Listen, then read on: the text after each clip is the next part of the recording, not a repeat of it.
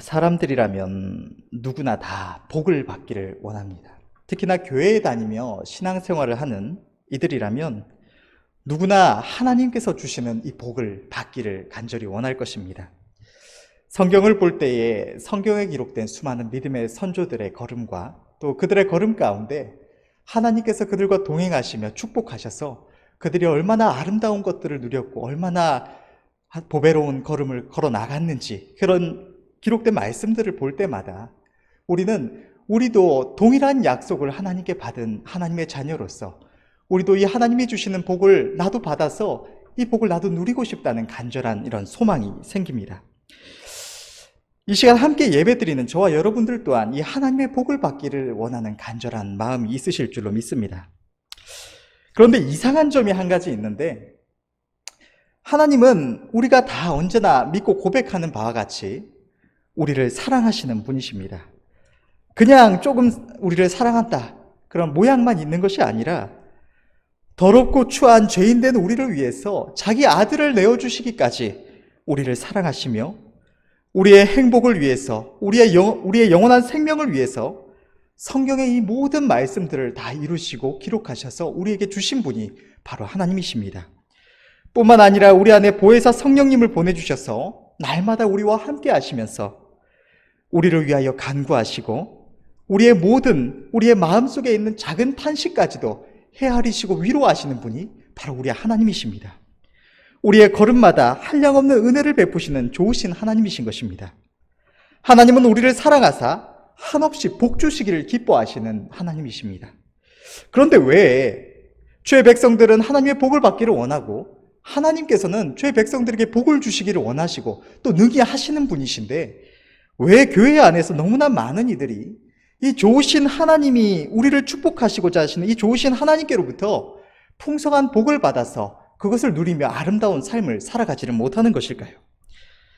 하나님께서 복을 주시고자 하시긴 하시지만 실제로 주시진 않아서 그럴까요? 전혀 그렇지가 않습니다. 하나님은 자기 백성들에게 항상 복을 주시고 또한 더욱 주시기를 원하시는 분이십니다. 그렇다면 왜 수많은 주의 백성들이 하나님의 복을 받지를 못하는 것일까요? 그것은 하나님의 백성들이 하나님의 복을 받기를 원한다고 하면서도 정작 하나님의 복이 임할 때면 그것을 거부하고 피하며 원망 불평하고 불순종함으로 그 복을 받지 않으려고 하기 때문입니다.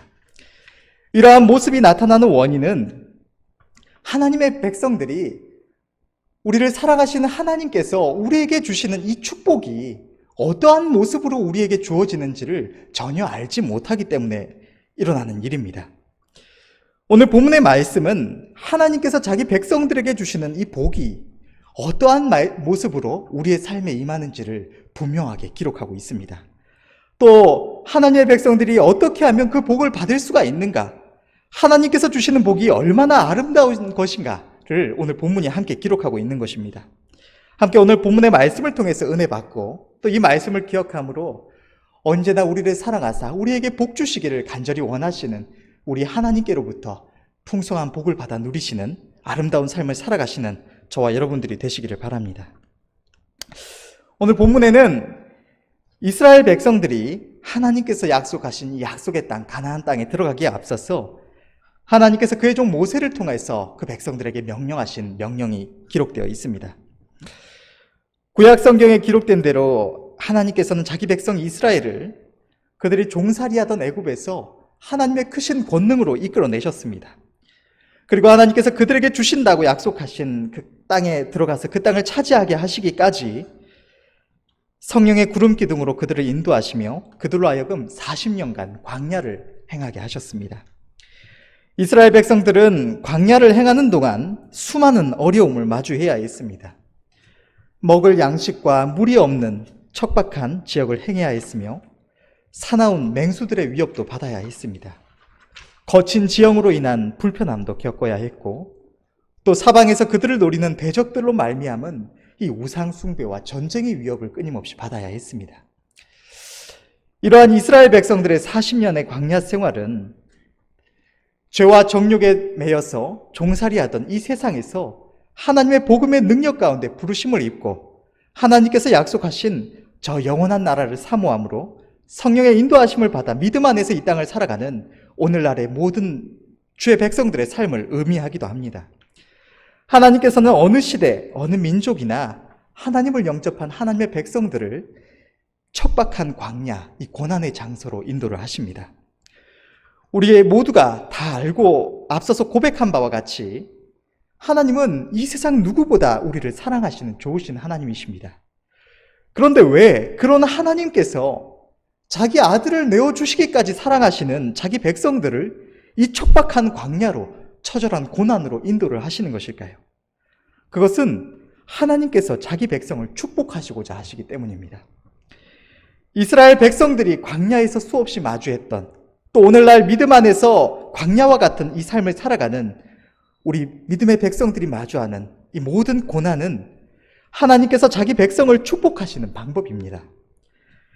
이스라엘 백성들의 40년의 광야 생활은 그들이 가데스 바네아에서 하나님께서 약속하신 그 땅을 정탐하기 위해 정탐꾼을 보낸 이후에 하나님 앞에 범죄함으로 인하여 받는 징계이기도 했지만, 그와 동시에 그들을 한없이 축복하시고자 하시는 하나님의 축복의 방법이었던 것입니다.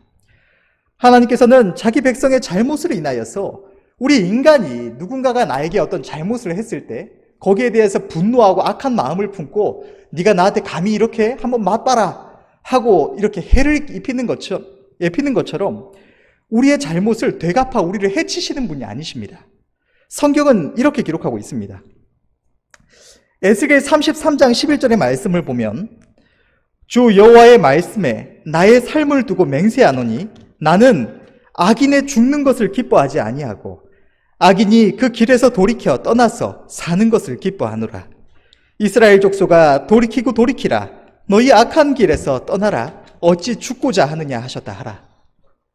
신약 성경은 주님의 제자 베드로 사도가 주님께 형제가 내게 죄를 범하면 몇 번이나 용서해야 합니까? 7번 용서해야 하겠습니까? 라고 물었을 때 주님께서 7번뿐만 아니라 70번씩 7번이라도 하라고 하신 말씀을 기록하고 있습니다.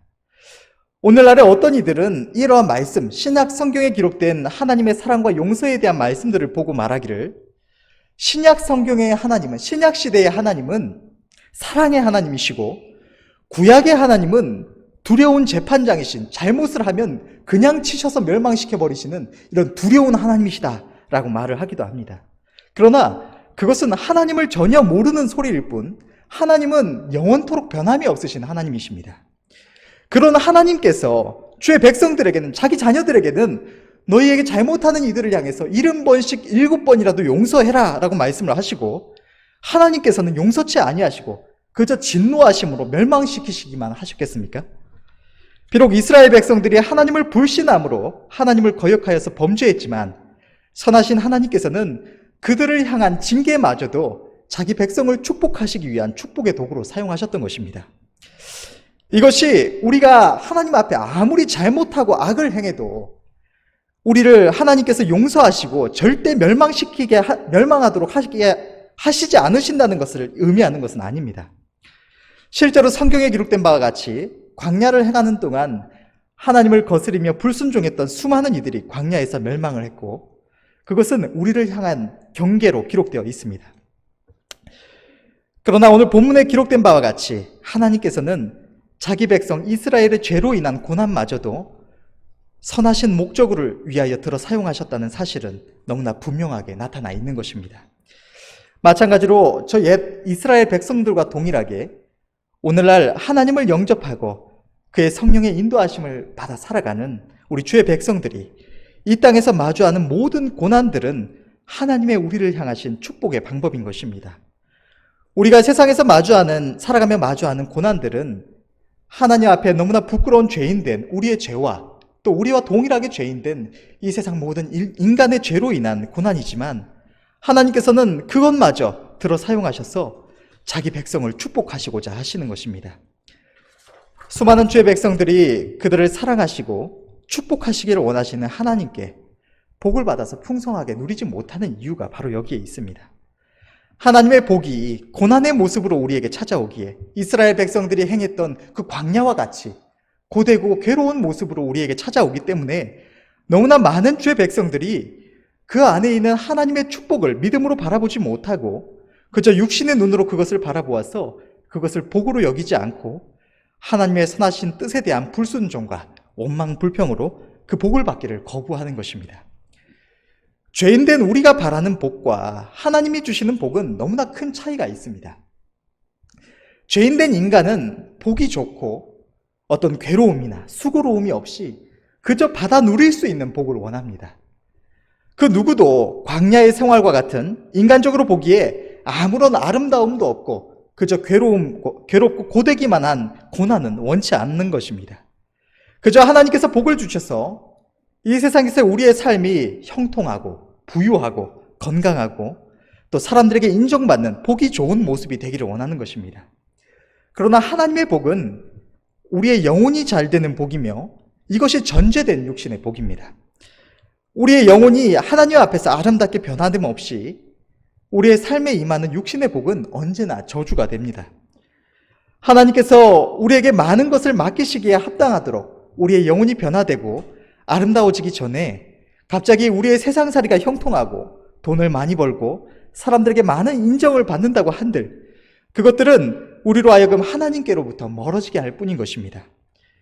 뿐만 아니라 죄인된 인간은 설령 우리의 믿음 안에서 아름다운 것들, 아름다운 믿음, 보배로운 성품, 하나님을 아는 지식, 또 하나님 안에서 맺는 성령으로 말미암아 맺는 이런 선한 열매 같은 것들을 원한다고 하더라도 그저 하나님께서 그것을 능력으로 갑자기 주셔서 우리가 한순간에 확 변화되어서 그것을 가지고 누리기를 원하는 것입니다.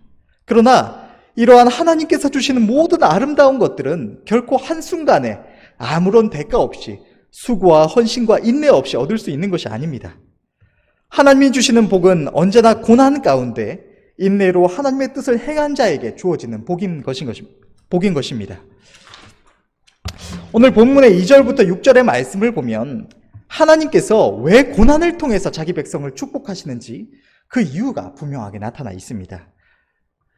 내 하나님 여호와께서 이 40년 동안에 너로 광야의 길을 걷게 하신 것을 기억하라. 이는 너를 낮추시며 너를 시험하사 내 마음이 어떠한지 그 명령을 지키는지 아니 지키는지 알려 하심이라. 너를 낮추시며 너로 줄이게 하시며 또 너도 알지 못하며 내 열조도 알지 못하던 만나를 내게 먹이신 것은 사람이 떡으로만 사는 것이 아니요 여호와의 입에서 나오는 모든 말씀으로 사는 줄을 너로 알게 하려 하심이니라. 이 40년 동안에 내 의복이 헤어지지 아니하였고 내 발이 부르지 아니하였느니라. 너는 사람이 그 아들을 징계함 같이 내 하나님 여호와께서 너를 징계하시는 줄 마음에 생각하고 내 하나님 여호와의 명령을 지켜 그 도를 행하며 그를 경외할지니라. 아멘. 하나님께서 하나님의 백성된 우리를 축복하시기 위해서 우리에게 고난을 허락하시는 이유에 대해서 오늘 본문은 첫째로 2절에 보면 기록하기를 너를 시험하사 내 마음이 어떠한지 그 명령을 지키는지 아니 지키는지 알려 하심이라 라고 기록을 하고 있습니다.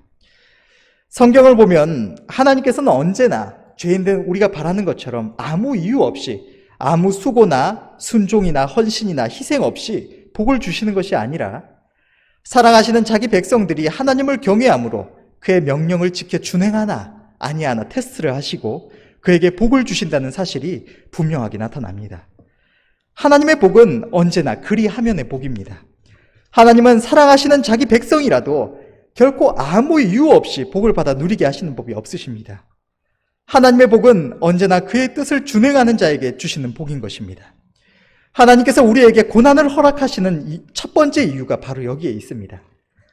우리들의 삶에 임하는 고난은 주로 하나님의 뜻과 내 안의 죄와 정욕 또는 아름답게 변화되지 않은 성품이 충돌함으로 인한 고난이나 또 복음을 전하며 의를 행하며 주님의 몸된 교회를 섬김에 따른 고난 또는 육신적인 삶과 믿음으로 사는 삶 차이 이 두 가지 사이의 차이에서 오는 고난이 있습니다.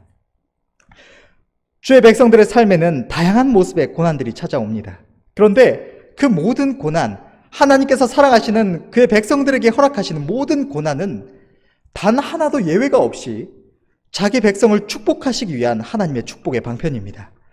하나님께서는 사랑하셔서 축복하시기를 원하시는 자기 백성들을 이러한 고난으로 인도하시고 그들이 그 고난 가운데서도 하나님을 경외하며 사랑함으로 하나님의 뜻을 준행하나 아니하나 테스트하시고 그 테스트에 통과한 이들에게 한없이 축복하시는 것입니다. 하나님의 복은 원인과 결과가 분명한 심고 거둠의 복이기도 합니다. 하나님의 기쁘심을 위하여 순종함에 인내함 없이 수고와 헌신과 희생이 없이는 아무런 결실을 맺지 못하고 아무런 복을 받아 누릴 수가 없는 것입니다. 성경에 기록된 믿음의 선조들 가운데 우리가 복하면 쉽게 떠올릴 수 있는 인물은 하나님께서 너는 복의 근원이 될지라 라고 말씀하신 이 믿음의 선조 아브라함이 있을 것입니다. 아브라함은 참으로 하나님께 많은 복을 받은 인물입니다.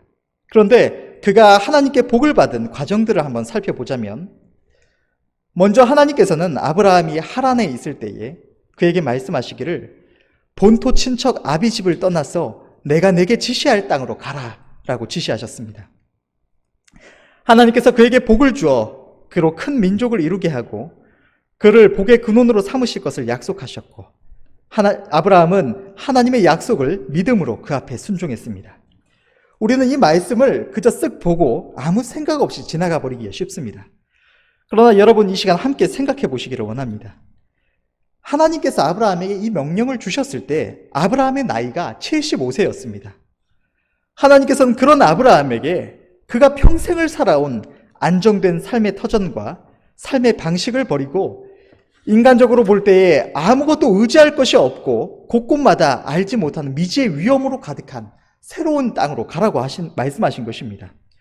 여러분 이게 축복으로 느껴지십니까?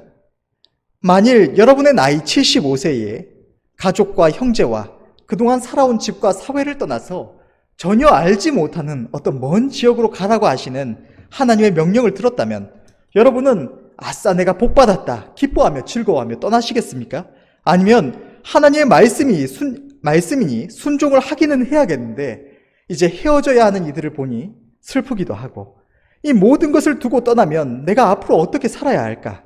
또 무슨 위험이 있을까? 왜 하나님은 나이 많아 늙은 나에게 이런 시련을 주실까? 걱정하며 근심하시겠습니까?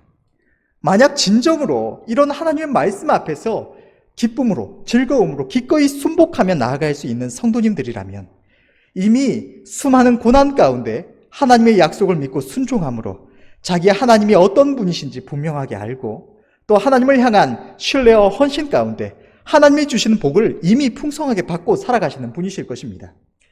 인간적으로 볼 때에 하나님께서 아브라함에게 주신 명령은 너무나 큰 고난인 것입니다. 성경에 기록된 하나님의 모든 말씀들을 통해서 하나님께서 자기 백성들 가운데 역사하신 수많은 사례들을 보고 들은 우리가 이렇다면 그 당시에 성경도 없이 그저 하나님의 음성을 듣고 하나님의 인도하심을 따라 살아가던 아브라함에게는 얼마나 큰 믿음과 순종이 자기 하나님을 향한 헌신이 요구되었을까요? 아브라함은 그에게 임한 이 고난 가운데 하나님의 말씀에 순종하였고 그는 하나님의 복을 받아서 하나님의 말씀인 성경에 기록된 하나님의 백성 이스라엘의 조상이 되었으며 복의 근원이 되었습니다. 또한 하나님께서는 아브라함을 복주시기 위해서 다시 한번 큰 고난으로 그를 테스트하셨는데 그것은 100세에 낳은 아들 독자 이삭을 모리아산에서 하나님 앞에 번제로 드리라는 명령이었습니다. 아브라함과 사라 사이에는 이삭 외에는 자식이 없었습니다. 아브라함은 사라를 사랑했지만 하나님께서는 그들에게 일찍이 태의 열매를 주시지 않으셨습니다. 100세에 낳은 아들 이삭은 아브라함과 사라 모두가 나이 들어서 더 이상 자식을 얻을 소망이 없어진 중에 하나님께서 약속으로 주신 약속의 아들이었고 기적의 아들이었습니다. 나이 들어 이제 죽을 날이 가까운 그의 모든 유업을 물려받을 하나뿐인 아들이었습니다. 아브라함과 사라에게는 생명보다 귀한 아들이었습니다. 그런 아들을 하나님께서는 모리아산에서 하나님께 드리되 그냥 아들을 어떤 레위인처럼 하나님께 구별하여 드려서 그의 종이 되게 하라고 말씀하시는 것이 아니라 그 아들을 지극히 사랑해서 자기 생명보다 귀하게 여기는 아브라함이 직접 자기 손으로 그 아들을 잡아 죽이고 각을 떠서 제단 위에 번제로 태워서 하나님께 드리라고 말씀을 하시는 것입니다. 여러분 이게 축복으로 보이십니까? 우리는 성경을 통해서 이후의 결과가 어떠했는지 보았고 또 성경의 수많은 사례들을 통해서 하나님의 역사하신 일들을 보아서 간접적으로나마 알기 때문에 큰 느낌 없이 이것을 지나갈 수가 있습니다. 그러나 여러분이 아브라함이었다면, 여러분이 그 자리에 서 있었다면 하나님의 이 말씀이 어떻게 느껴졌을지를 한번 생각해 보시기를 바랍니다. 축복처럼 보여지셨을까요? 하나님이 왜 이런 명령을 내게 주시느냐고 하나님을 원망하며 불평하지 않았을까요? 하나님 하나뿐인 내 아들을 꼭 받으셔야 하겠느냐고 하나님을 향하여 대들고 차라리 내 생명 취해가라고 절대로 못한다고 하지 않았을까요? 나는 그렇다고 치고 내 아내는 어떻게 않느냐고 이삭을 내가 직접 칼을 들고 잡아서 번제로 드린 것을 알면 사라의 원망은 당연하고 사라도 자기 아들을 잃어버린 슬픔에 따라서 죽을 수도 있는데 그럼 나는 어찌하냐고 이 아이가 죽으면 나도 죽는다고 하나님을 향하여 원망하며 불순종하지 않았을까요? 만약 진정으로 내가 아브라함이었더라도 나는 하나님의 이 명령에 순종하여 기꺼이 이삭을 드렸으리라 하시는 분이 계시다면 그것은 지극히 아름답고 위대한 믿음이며 그러한 분은 하나님께 드리지 못할 것, 순종하지 못할 말씀이 단 하나도 없을 것입니다. 내 생명보다 귀한 아들, 어쩌면 내 아내의 생명까지도 3일 동안 그 마음이 변치 않고 나아가 망설이지 않고 바칠 수 있다면 무엇을 순종치 못하겠습니까? 아브라함에게 독자 이삭을 바치라는 하나님의 명령은 지극히 큰 고난이요 시련이었습니다. 그러나 그는 하나님을 경외함으로 하나님을 신뢰함으로 독자 이삭을 하나님께 드렸습니다.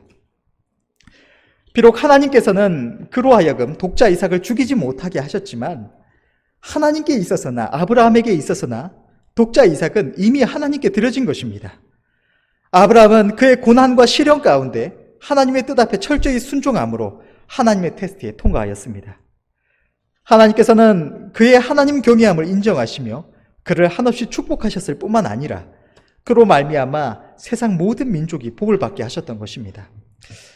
이러한 아브라함의 고난에 대해서 아브라함의 하나님을 향한 순종에 대해서 우리가 들을 때에 어쩌면 누군가는 믿음의 조상 아브라함이 받았던 고난은 이 하나님의 말씀 앞에 순종함에 따른 고난이기 때문에 우리의 삶에 갑작스럽게 닥쳐오는 많은 고난들 가운데는 그와 전혀 다른 성질의 고난이 있지 않느냐 할 수 있을 것입니다. 육신의 눈으로 보기에 하나님과 전혀 상관이 없는 것처럼 느껴지는 고난이 있지 않느냐 말씀하실 수도 있을 것입니다. 그렇다면 성경에서 믿음의 선주 욥의 예를 함께 생각해 보기를 원합니다. 하나님께서는 일찍이 욥에게 무슨 다른 뜻을 주시거나 경고의 말씀을 주신 일이 없었습니다. 욥은 하나님을 경외함으로 그저 하루하루 살아가고 있었습니다. 그러던 어느 날 그의 삶에 고난이 임했습니다. 큰 바람이 불어 집이 무너져서 10 자녀가 한순간에 죽었습니다.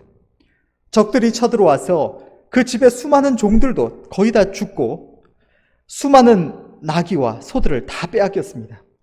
또 하늘에서 불이 내려서 양과 그것을 치는 종들을 다 불살라버렸습니다. 또 그의 온몸에 악창이 나서 괴로움을 겪게 되었고 이것만 해도 충분히 괴로워 죽을 지경인데 그의 친구들은 그를 찾아와서 네가 하나님을 거스르고 악을 행해서 이런 일이 일어난 것이 아니냐 질책하며 비난했습니다. 그 모든 고난 속에서 욥은 하나님을 찾아 부르짖었지만 하나님께서는 마지막 순간까지 그에게 응답하시지 않으셨습니다. 그 모든 고난이 어떠한 이유에서 욥에게 임했는지 절대로 말씀해 주시지 않으셨습니다. 그저 자신을 꼭꼭 숨겨버리신 것입니다. 그러나 욥은 하나님 앞에 범죄치 않았습니다. 하나님을 경외함으로 인내하였고 결국에 그의 하나님 경외와 그 아름다운 인내를 하나님 앞에서 인정받았을 뿐만 아니라 하나님께서는 그에게서 취하셨던 모든 것들을 갑절이나 그의 삶에 더해 주셨던 것입니다. 이 외에도 하나님의 백성들에게 임한 고난과 그들의 결국에 그 고난들을 통해서 하나님께서 그들을 축복하신 무수한 사례들이 성경에 기록되어 있는 것입니다. 하나님께서는 그가 축복하시기를 원하시는 자기 자녀마다 고난을 통해 테스트하시고 그가 받은 고난과는 비교할 수 없는 아름다운 복을 한없이 더하여 주시는 것입니다.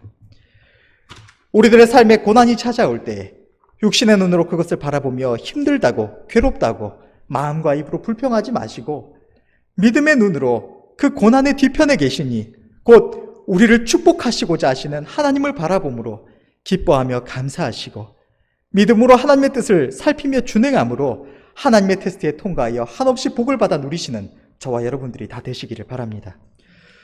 두 번째로 하나님께서 자기 백성을 축복하시기 위하여 고난을 도구로 사용하시는 이유에 대해서 오늘 본문의 3절부터 5절의 말씀을 보면 하나님께서 이스라엘 백성들로 하여금 광야를 행하게 하신 것이 사람이 떡으로만 사는 것이 아니라 하나님의 말씀으로 사는 줄을 알게 하심. 다시 말해서 사람이 하나님이 없을 때 살아온 세상의 상식대로 사는 것이 아니라 하나님의 모든 말씀으로 사는 줄을 알게 하시기 위함이라고 기록되어 있습니다.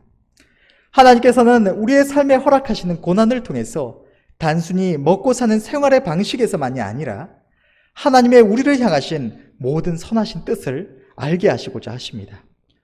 또한 5절의 말씀을 보면 하나님께서 사람이 자기 아들을 징계함 같이 우리를 징계하신다고 기록하고 있습니다.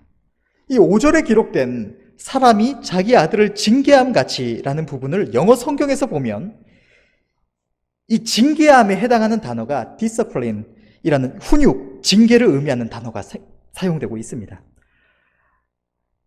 또 히브리어 원어 또한 바로 잡기 위해 벌하다라는 의미를 가진 단어를 사용하고 있습니다. 아버지가 아들을 징계함 같이 우리가 징계라는 단어만을 보면 잘못해서 받는 벌에 강조가 실리기가 쉬운 것 같습니다. 그러나 아버지가 자식을 징계하는 목적이 네가 잘못했으냐 어디 한번 맛을 봐라, 한번 크게 한번 당해봐라, 이 벌을 받으라는 그 자체에 있지 않은 것처럼 영어 성경의 단어나 히브리어 원어 또한 그 의미가 훈육에 있다는 사실을 분명하게 나타내고 있는 것입니다. 하나님께서 우리의 삶에 허락하시는 고난 그 자체를 통해서 우리가 완전하신 하나님의 자녀에 합당한 성품과 지식에 이르도록 우리를 가르치시며 연단하시며 훈육하십니다. 고난을 통해서 우리의 믿음이 자라나게 하시며 우리의 성품이 아름답고 강건하게 변화되게 하시고 하나님을 아는 지식에 자라나게 하시며 하나님의 일을 위하여 준비함이 되게 하시는 것입니다.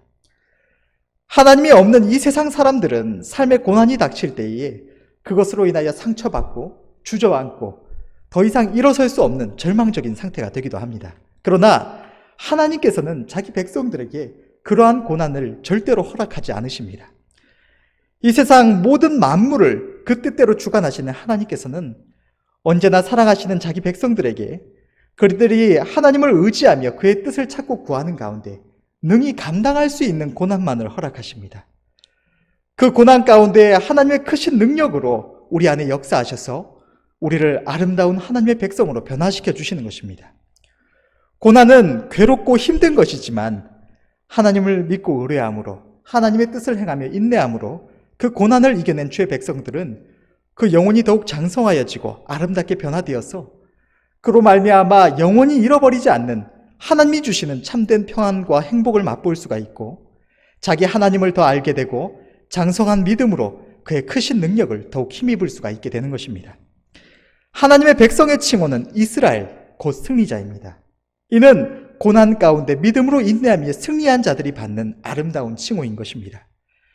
하나님이 우리에게 허락하시는 연단을 통해서 우리의 영혼은 강해지고 아름다워지며 나뿐만 아니라 주변의 모든 이들이 그 열매를 함께 누리며 하나님께 영광 돌리는 삶을 살아갈 수가 있게 되는 것입니다. 때문에 하나님께서 우리의 삶에 허락하시는 고난은 그 자체로 하나님의 축복이 됩니다. 앞서 예를 들었던 아브라함이나 욥을 포함한 모든 아름다운 믿음의 선진들은 이 고난을 통한 연단의 과정을 다 겪었고 그 가운데 아름다운 믿음과 성품과 하나님을 아는 지식에 이르게 되었던 것입니다. 여기에 대하여 이스라엘의 위대한 대왕으로 하나님의 복을 한없이 받았던 믿음의 선조 다윗은 이렇게 기록하고 있습니다. 시편 119편을 보면 66절에서 67절에 기록하기를 내가 주의 계명을 믿었사오니 명철과 지식을 내게 가르치소서. 고난당하기 전에는 내가 그릇 행하였더니 이제는 주의 말씀을 지키나이다. 그 위대하고 아름다운 믿음을 가졌던 이스라엘의 대왕 다윗마저도 고난을 통해서 하나님을 바로 섬기는 법을 배워가고 그의 믿음이, 그의 성품이 아름답게 변화되었던 것입니다. 또 71절에 이어서 보면 고난당한 것이 내게 유익이라 이로 인하여 내가 주의 율례를 배우게 되었나이다. 믿음의 선조 다윗이 그 아름다운 믿음과 성화에 이를 수 있었던 것은 하나님께서 그를 고난 가운데 연단하시며 훈육하셨기 때문인 것입니다. 우리 믿음의 백성들의 아름다운 믿음과 성품과 하나님을 아는 지식은 이 고난 가운데 자기 하나님을 바라봄으로 인내한 자들이 하나님의 은혜 안에서 맺는 아름다운 결실인 것입니다. 신약시대에 이르러서 마가복음서와 누가복음서에 기록된 말씀을 보면 주님의 제자들이 주님의 인도하심을 따라 주님과 동행하던 중에 어두운 밤바다 위에서 광풍과 파도를 만난 사건이 기록되어 있습니다. 이 사건 또한 제자들에게 있어서 너무나 큰 고난이었습니다. 주님의 인도하심을 따르는 가운데 갑자기 생명을 잃어버릴 수도 있는, 어쩌면 반드시 죽을 수밖에 없는, 내가 아무리 발버둥 쳐도 해결할 수 없는 그런 두렵고 떨리는 고난이 찾아온 것입니다. 그들은 절망적인 상황 속에서 두려움에 떨어야 했습니다. 그러나 그들은 자신들의 힘으로 감당할 수 없는 고난 가운데 결국 주님을 찾아 주님께 부르짖었고, 주님께서 깨어 말씀하신 그 주님의 음성 앞에 그들에게 임했던 고난은 단번에 해결되었습니다. 제자들은 이 사건 이전, 제자들이 이 고난을 겪기 이전에는 그들은 그들과 동행 중에 계시는 주님이 누구이신지, 또 주님의 능력이 얼마나 큰 것인지 잘 알지 못했습니다. 그러나 고난을 통하여서 그들은 그들과 동행하시는 이가 바로 여호와 하나님이심을 알게 되었고, 또 하나님의 놀라운 능력을 깨닫게 되었던 것입니다. 이후에 사도들의 사역 가운데 나타난 담대한 믿음과 하나님을 아는 지식의 바탕에는 이러한 고난들이 다 깔려 있었던 것입니다. 고난은 그 누구도 겪고 싶지 않은 것입니다. 그러나 우리 하나님의 백성들에게 있어서 고난은 자기 백성들을 한없이 축복하시기를 원하시는 하나님의 축복의 겉모습인 것입니다. 우리 주의 백성들에게 고난은 반드시 있을 수밖에 없는 것입니다. 성경은 이렇게 기록하고 있습니다. 히브리서 12장 5절에서 10절의 말씀을 보면, 또 아들들에게 권하는 것 같이 너희에게 권면하신 말씀을 잊었도다. 일러스되 내 아들아, 주의 징계하심을 경히 여기지 말며 그에게 꾸지람을 받을 때 낙심하지 말라. 주께서 그 사랑하시는 자를 징계하시고 그의 받으시는 이들마다 채찍질을 하심이니라 하였으니 너희가 참음은 징계를 받기 위함이라. 하나님이 아들과 같이 너희를 대우하시나니 어찌 아비가 징계하지 않는 아들이 있으리요. 징계는 다 받는 것이오늘 너희에게 없으면 사생자요 참 아들이 아니니라. 또 우리 육체의 아버지가 우리를 징계하여도 공경하였거늘 하물며 모든 영의 아버지께 더욱 복종하여 살려 하지 않겠느냐. 저희는 잠시 자기의 뜻대로 우리를 징계하였거니와 오직 우리 하나님은 우리의 유익을 위하여 그의 거룩하심에 참여케 하시느니라. 아멘이십니까? 이 말씀에서 징계하심으로 번역된 헬라어의 원형 파이데이아의 주된 의미는 교육입니다. 이 단어는 양육, 훈련, 지시, 징계, 교정 등의 의미를 모두 포함하는 단어입니다. 주의 백성들에게 고난은 하나님의 자기 자녀들을 향한 교육의 수단인 것입니다. 우리가 영광스러운 하나님의 자녀된 표징이 바로 이 고난인 것입니다. 하나님께서는 히브리서 12장의 말씀과 같이 또 오늘 본문에 기록된 대로 아버지가 아들을 훈계하며 가르침같이 우리를 고난을 통하여 가르치시며 아름다운 성화에 이르기까지 우리를 연단하십니다.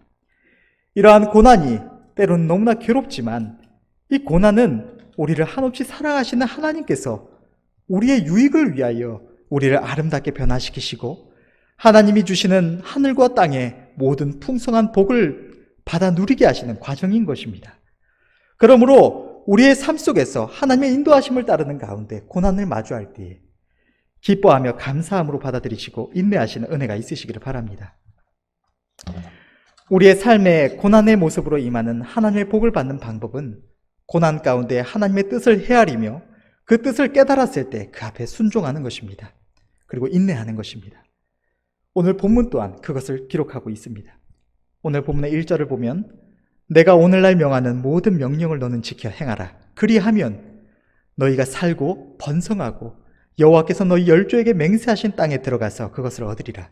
또 5절에서 6절에 기록된 말씀을 보면 너는 사람이 아들을 징계함같이 내 하나님 여호와께서 너를 징계하시는 줄을 마음에 생각하고 내 하나님 여호와의 명령을 지켜 그 도를 행하며 그를 경외할지니라. 오늘 본문의 말씀은 이스라엘 백성들이 하나님이 주시는 가나안 땅에 들어가서 그 땅을 얻기에 앞서서 주의 종 모세를 통하여 하신 하나님의 말씀입니다. 하나님께서는 주의 백성들이 하나님의 명령을 지켜 행하며 그를 경외하면 그 모든 복을 받아 누리게 하시리라고 말씀하십니다.